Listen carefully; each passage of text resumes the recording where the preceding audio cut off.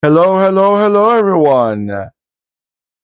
Welcome back to another video. Let's see what we got for you right now. Boy, I'm excited to make this cars video today because this is one of those models that if you don't recognize it, then we are in big trouble. When it comes to the Mini Cooper, when it comes to the Volkswagen Beetle, to the Ford Model T, to the Citroën 2CV and the Renault 4, then if you don't recognize those models, I don't know where you've been hiding, but you better get out of that cave and smell the world. But let's get into details. Let's see what we got for you right now. We have a 143 scale Austin 7 Mini. Now, these are the very first generations of the Mini Cooper. The Austin 7 Mini were the first ones that came out in 1959, and they ran until the very first model. They ran until 1967. Those were the good old days when these cars were just cute, little, not too powerful, but just the car that made a lot of history, especially for the British auto market and throughout the world too. Throughout the world too. Now this model right here came as a two-door saloon like the one that we're looking at right now. They came out with a two-door state, which is a station wagon, a two-door van, and a two-door pickup. So you got everything in between. You cannot complain about because you got everything. Now, this model right here, just before I forget, is a diecast model and it's made by Vanguards. We know Vanguards, if you're familiar with the diecast model world, you know that Vanguards is a top of the line British brand. Now, I just like their details, the little cute some of the Vanguard's models they come out with like a little diamond type of crystal in as a headlight. This one doesn't. This one it has more like a chrome, but they're just solid little diecast. They're not the most expensive. They may not be the most detailed wise, like to the bone, like a lot of other brands do, but they just a solid good company, which I really, really like. Now, talking about this nice looking model, engine wise, they came out with a very small engine. Basically, like I mentioned at the beginning of the video, these were not fast cars. They were very light too, but they only came out from an 850 cc's to almost 1300 cc's. Well, they were still no. I mean, the 1275 cc's, they were not something that you should be embarrassed to drive. You shouldn't be embarrassed to drive any type of those engines because though 850 is bigger than is bigger than any of the K cars size engines from Japan back in the days. So you're already bigger. Your engine's already bigger than their engines.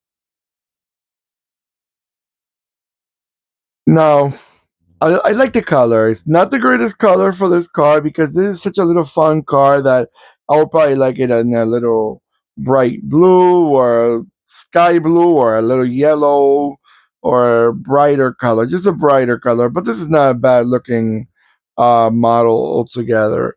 Now these cars, like I mentioned before, they only come in as a. I don't think I mentioned the how you call it, the shifter. But if I'm not mistaken, they only came in as a stick shift. These were not big cars. I don't think they pull out big transmissions or a lot of choices. All right, everyone. I'm gonna let it go around a few times, and I'll be right back.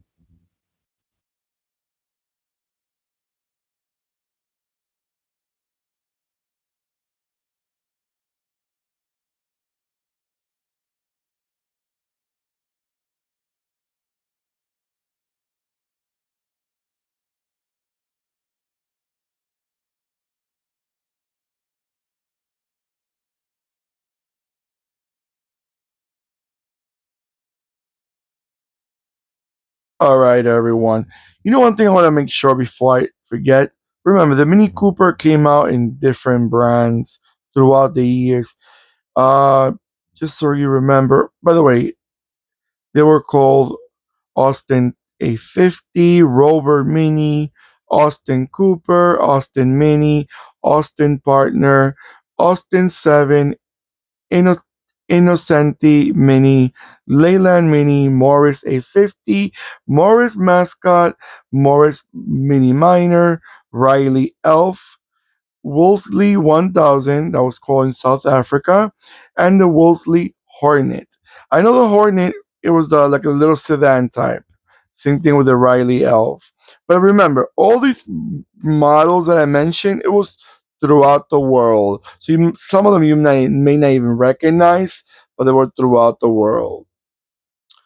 All right, everyone. Don't forget to comment below what you guys think about this iconic model. I keep saying something's iconic for some other model, but this is truly an iconic model.